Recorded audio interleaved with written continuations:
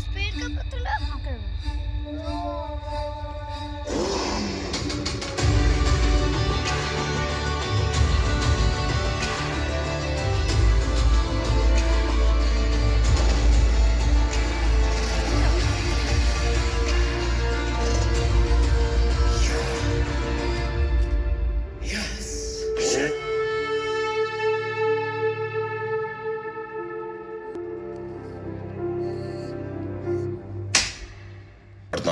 తెలివితేటలు చూపిస్తున్నావా? Professional racing అంటే track మీద చేయాలి, కానీ ఇలా రోడ్ల మీద కొండల మీద కాదు. అలా చేస్తే నీకు ఆ రౌడీలకి తేడా ఏంటి?